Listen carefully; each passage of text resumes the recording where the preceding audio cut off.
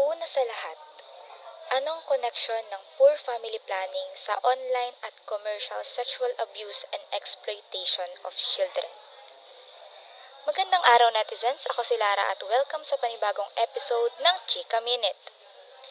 So, ang tatalakayin natin ngayon ay isang seryosong issue na may connection sa online and commercial sexual abuse and exploitation of children.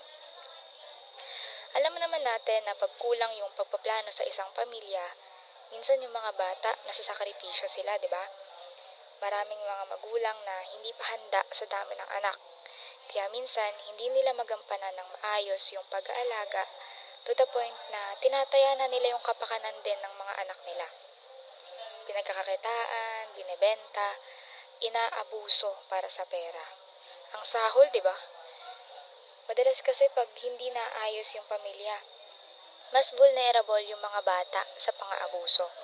Minsan yung mga tao mapanamantala, nagkakaroon sila ng chance na mag-take advantage sa kanila.